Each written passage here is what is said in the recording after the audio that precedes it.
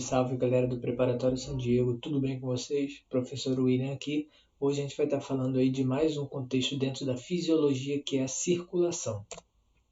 Se a gente olhar bem para essa imagem aqui, a gente está vendo uma jiboia sufocando lá um crocodiliano. Tá? E muita gente pode pensar que essa jiboia está matando esse crocodilo porque ele não está conseguindo respirar ou por falta de ar dentro do corpo dele. Mas na verdade não é isso que está acontecendo.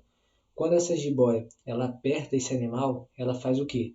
Ela causa a interrupção do sistema circulatório, ou seja, o sangue para de circular dentro do corpo do animal.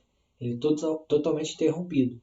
E quando esse sangue para de circular, você para de ter nutrientes chegando, para de ter gases chegando que são carregados pelo sistema circulatório e você tem a morte rápida de vários tecidos, como fígado e tecido cerebral. Né? Então, causa falta de ar? Sim, mas a interrupção do sistema circulatório mata antes daquele animal sentir a falta de ar, digamos assim. E vale a pena a gente começar falando aí da classificação desse sistema circulatório. Então você tem animais com sistema circulatório aberto e aqueles com sistema circulatório fechado. No caso do sistema circulatório aberto, ele é um sistema circulatório mais basal, mais primitivo, porque você tem regiões ali, o sangue ele não corre dentro de vaso, tá? E você tem o sangue ou uma substância chamada hemolinfo, que funciona como se fosse um sangue, e ela é transportada dentro de vaso, em um primeiro momento. Porém, logo após isso, ele cai em cavidades chamadas hemocele, que é onde você vai ter a presença de órgãos ali. E esse sangue ele vai banhar aquele órgão diretamente. Então, não é o caso que acontece com a gente. Todo o nosso corpo, todos os músculos, todos os gânglios, todos os órgãos recebem sangue através dos vasos sanguíneos, seja ele arterial, levando aquele oxigênio, aquela substância nutritiva, seja ele venoso, recolhendo os metabólitos. Então vamos lá.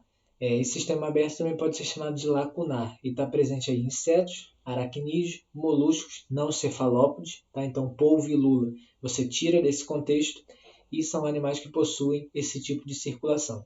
Já na circulação fechada, você vai ter o sangue sempre passando dentro de vasos sanguíneos, seja ele veia, seja ele artéria, seja ele capilar.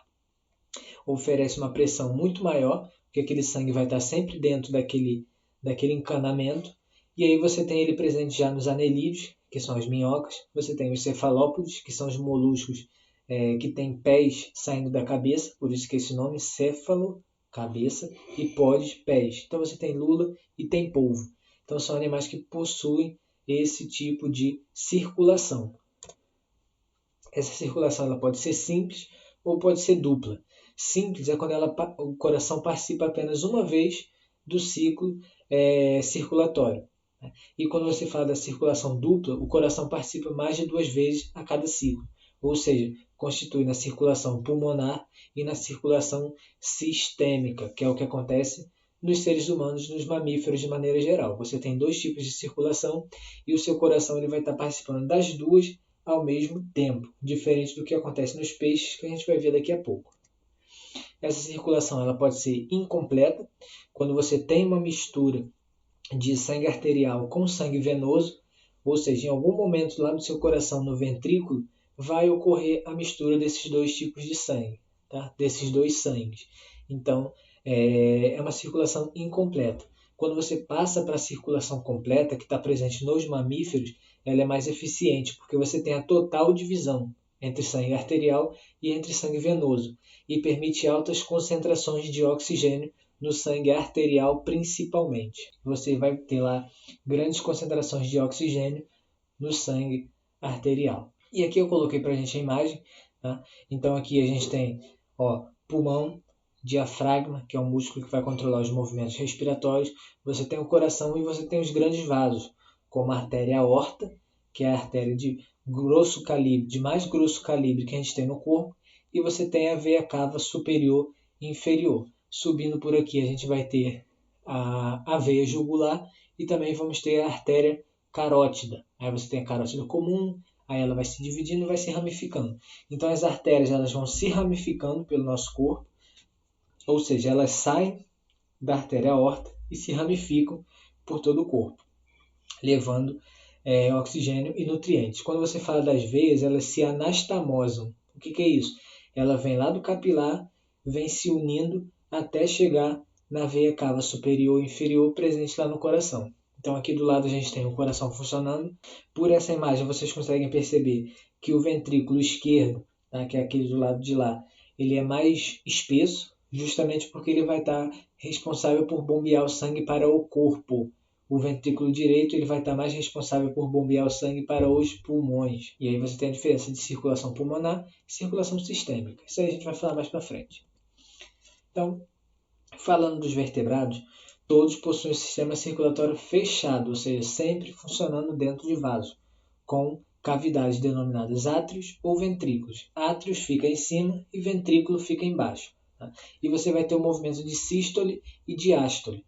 Então, sístole ela é o relaxamento. Então, você vai ter isso aqui, ó. O átrio ele contrai e aí você tem o relaxamento. Então, você vai estar sempre nesse movimento de contração e relaxamento dos átrios e dos ventrículos. Quando o átrio está aberto, é porque ele está recebendo sangue, vindo do pulmão ou vindo do corpo. Então, ele vai bombear para baixo, aquele ventrículo ele se abre para receber aquele sangue e, posteriormente, ele vai se contrair, jogando aquele sangue ou para o pulmão ou para o nosso corpo. Então, a gente tem aqui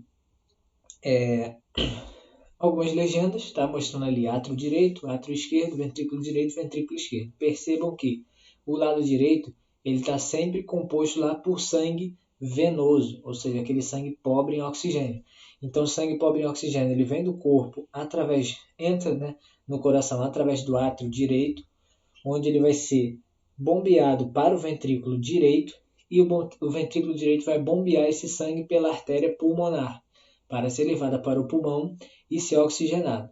Quando esse sangue ele é oxigenado, ele volta para o coração através das veias pulmonares, entra no átrio esquerdo, do átrio esquerdo ele desce para o ventrículo direito, onde você vai ter a contração e esse sangue vai ser jogado para o resto do nosso corpo.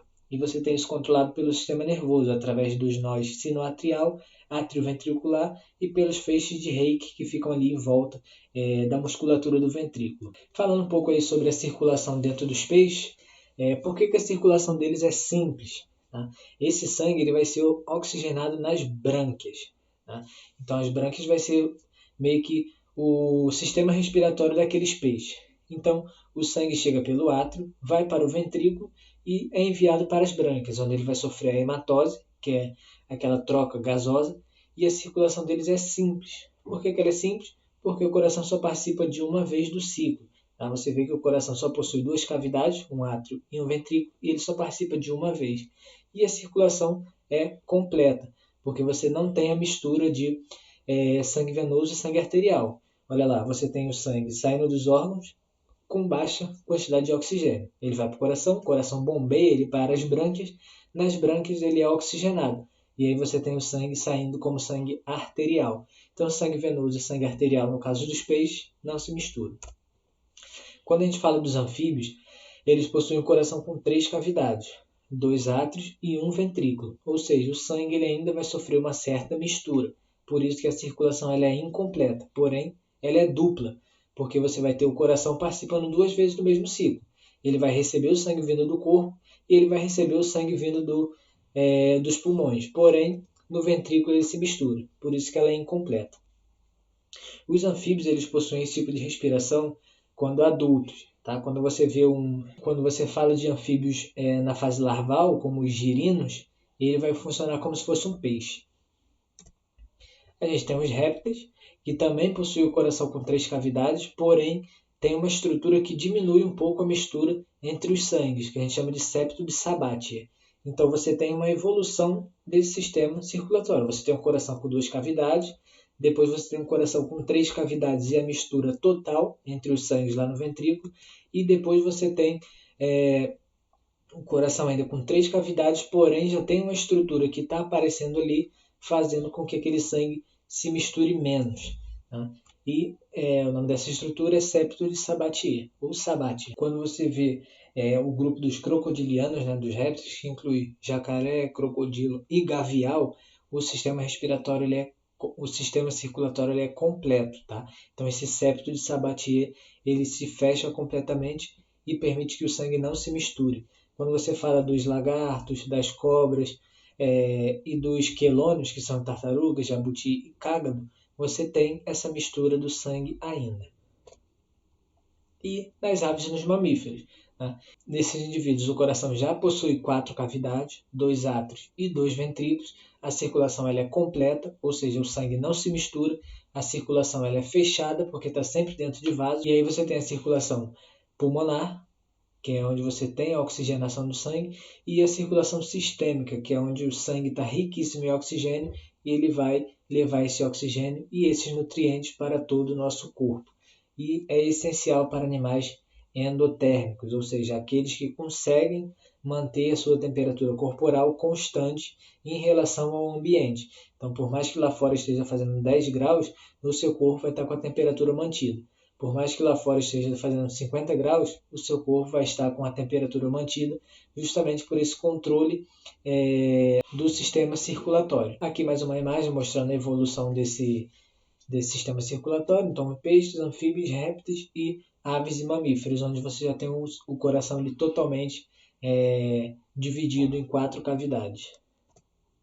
Então, falando aqui mais sobre o sistema circulatório humano, aqui tem a imagem do corpo humano, com suas principais vias, com seus principais vasos sanguíneos.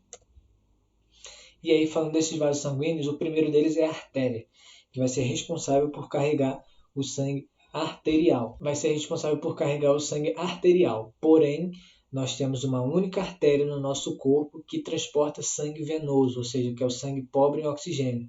E o nome dessa artéria é a artéria pulmonar.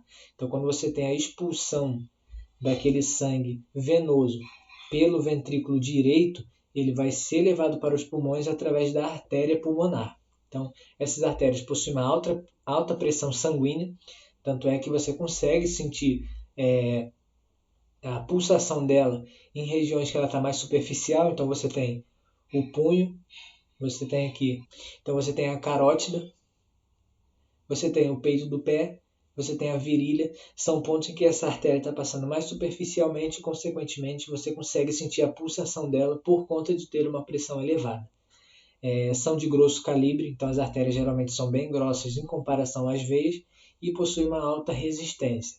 E se ramifica até chegar em arteríolas, que é a menor parte dessa artéria. Depois ela se ramifica em capilar, e aí você tem capilar venoso e capilar arterial. Aqui a gente tem o esquema de artérias do nosso corpo. Né? Então você tem a artéria gástrica, a artéria esplênica, que é aquela que vai levar sangue para o baço. Você tem a artéria ilíaca, que está na região ali da pelve. Você tem a artéria abdominal, você tem a artéria aorta, que é a mais grossa que a gente tem no corpo. Aí você tem ela se dividindo, subindo para as coronárias. Enfim, você tem diversas artérias no seu corpo, que são aquelas que vão levar sangue oxigenado, exceto a artéria pulmonar, que vai levar sangue venoso. E a gente tem as veias, que direcionam o sangue para o coração, ou seja, as veias vão sempre estar levando o sangue da periferia do corpo até chegar ao coração. Em contrapartida, você vai ter as artérias levando o sangue do coração para as periferias do corpo. Sangue pobre em oxigênio, e a única veia que transporta sangue arterial, ou seja, sangue rico em oxigênio, são as veias pulmonares, que é por onde o sangue vai entrar no coração através do átrio esquerdo, descendo para o ventrículo esquerdo e sendo bombeado para todo o nosso corpo. E por essas veias possuírem uma pressão sanguínea bem menor, elas vão precisar de válvulas que vão evitar o refluxo sanguíneo. Imagine que você tem uma bomba d'água, tá? E aí você tem um cano que sai reto daquela bomba, então beleza, você vai ter uma pressão muito grande ali, e você tem um cano que sobe, vai lá para o terceiro andar da casa. Para poder ele subir, ele gasta mais energia. Tá? E o nosso corpo, para não gastar mais energia, ele possui válvulas. Então aquele sangue ele passa e a válvula fecha.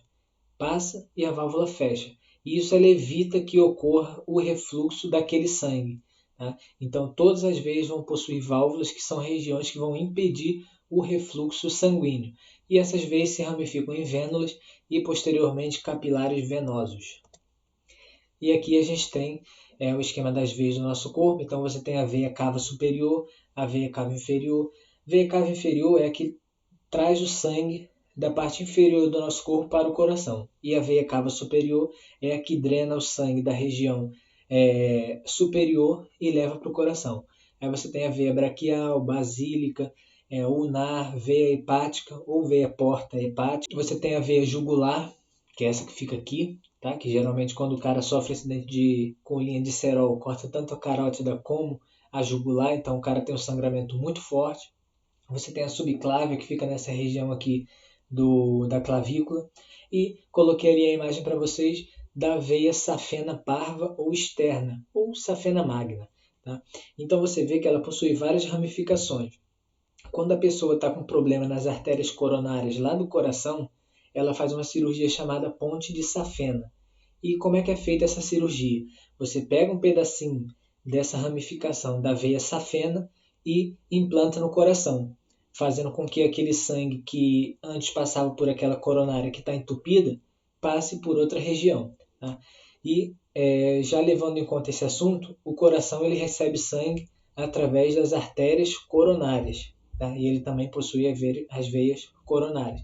Tem muita gente que pensa que o coração drena o sangue direto lá das cavidades. Não. Aquele sangue ele sai do coração para poder alimentar ele mesmo, através das artérias coronárias. E quando a gente fala de capilares sanguíneos, eles são de menor calibre, são muito finos, formados apenas pelo endotélio. Então a troca gasosa, tanto gasosa quanto de substância, ela é facilitada. E aí, onde que a gente vai ter essa troca gasosa? Nos pulmões. Tá? Então é através desse processo, relacionando aí sistema circulatório com respiratório, que você tem a troca gasosa. Ou seja, você tem a entrada do oxigênio no sangue e a saída do dióxido de carbono do sangue. E esse processo se chama hematose, que ocorre dentro dos alvéolos pulmonares. Aqui a gente tem a composição desses vasos sanguíneos. A gente tem as veias, que tem uma composição ali até meio basal. Você vê a presença das válvulas ali. Ela não tem uma parede muito larga, muito densa, diferente das artérias, que precisam ser mais fortes, justamente porque elas carregam sangue com uma alta pressão. Se ela não fosse rígida, se ela não fosse forte, era capaz dela se romper. Então ela precisa ter uma parede mais grossa. E quando você fala do capilar, ele é bem basal, ele é bem simples, composto apenas pelo endotélio, onde você vai ter facilitado as trocas gasosas. E falando do coração mais especificamente, possui 4 partes, 4 cavidades. 2 átrios, que fica na parte superior, e 2 ventrículos, que fica na parte inferior. Então o coração fica no mediastino, que é essa região aqui, atrás do osso externo. Tá? Então ele fica logo aqui atrás, no meio dos pulmões, e virado um pouco para a esquerda. Tá? Ele tem o ventrículo dele um pouco mais voltado para a esquerda. Funciona como uma bomba, contraindo, que é o movimento de sístole, e relaxando, que é a diástole. E esse bombeamento se dá por ação do miocárdio, músculo do coração. Então esse miocárdio possui aqueles nós que eu falei para vocês, nó sinoatrial e nó atrioventricular, juntamente com os feixes que vão estar presentes ali no ventrículo. E tudo isso vai ser comandado pelo nosso sistema nervoso. Então aquele impulso ele é enviado e o seu coração bate da maneira correta. E aqui do lado eu coloquei para vocês um coração normal e um coração infartado. O que é esse infarto? O coração, por entupimento de alguma região ali, para de receber sangue e o tecido morre. Tá? Então o infarto está relacionado ao quê? Morte de tecido. Você pode ter infarto de outras partes do seu corpo, como infarto do intestino, pode acontecer. Aquele intestino para de receber sangue, alguma veia, alguma artéria foi entupida ali, aquele vaso sanguíneo está comprometido e para de chegar sangue ali. Quando para de chegar sangue e nutrientes, o tecido morre e você tem um infarto. Tá? E se a gente olhar bem, esse coração também está bem gorduroso. Tá? Você vê toda essa camada amarela, isso é tecido adiposo e isso prejudica o funcionamento daquele órgão. Aí aqui você tem a presença das válvulas, você tem a válvula pulmonar, tá? Que vai impedir o refluxo ali. Você tem a válvula tricúspide e a válvula mitral. É através dessas válvulas que vai ter a comunicação entre o átrio e o ventrículo. Algumas vezes as pessoas têm problema nessa válvula, tem o que a gente chama de refluxo e o que a gente chama de sopro no coração. Então você consegue hoje em dia fazer a substituição dessa válvula, fazendo com que o coração volte a funcionar normalmente. No primeiro período da infância ali é comum o médico escutar um eco, lá quando ele vai fazer a auscultação dos batimentos cardíacos, e aquilo ali é o sopro, mas é normal na infância. Conforme você vai se desenvolvendo, seu corpo vai se moldando, você tem aquele problema sanado. Ou não. Quando não tem, você tem que fazer a reposição dessa válvula. Quando a gente fala de transporte de sangue dentro do nosso corpo, o que a gente tem aí? A pequena e a grande circulação. Eu já vinha falando isso há um tempo para vocês. A pequena circulação ela ocorre entre o coração e o pulmão, com o intuito de deixar o sangue oxigenado, ou seja, as veias captaram todo aquele sangue da periferia do corpo e levaram para o coração. E agora esse coração tem que bombear esse sangue para os pulmões, onde vai ocorrer o processo de hematose, ou seja, de troca gasosa dentro dos alvéolos pulmonares, para você ter aquele sangue oxigenado. Então, o sangue ele entra pela veia cava, no átrio direito, esse sangue ele cai no ventrículo direito e através da artéria pulmonar esse sangue vai para o pulmão, onde vai ocorrer a hematose. Depois, através das veias pulmonares, ele cai no átrio esquerdo, que é onde vai ocorrer a grande circulação, que ocorre entre o coração e o resto do corpo. Então, o sangue oxigenado presente no átrio esquerdo cai no ventrículo esquerdo, vai ser bombeado para a artéria aorta, e essa artéria aorta vai levar o sangue através das artérias se ramificando para o resto do corpo. Sangue esse oxigenado, onde você também depois vai ter a carreação de nutrientes através do sistema circulatório também. Tanto é que quando você absorve os alimentos, você absorve eles no intestino e esse nutriente ele cai na corrente sanguínea. E aí ele vai ser carreado por todo o seu corpo. Nutrientes esses podem ser aminoácido, uma glicose, um ácido graxo e vai circular por todo o seu corpo. Aqui tem um esqueminha da pequena e da grande circulação que ocorre entre o coração e o corpo, quando a gente fala da grande circulação, e coração e pulmão quando a gente fala da pequena circulação. Beleza? Então, galera, muito obrigado pela atenção. Tentei fazer de uma maneira mais tranquila para o entendimento de vocês. Espero que tenham entendido. Mas caso fique alguma dúvida, a gente terá o nosso encontro lá do Zoom para poder sanar essa dúvida aí. Valeu!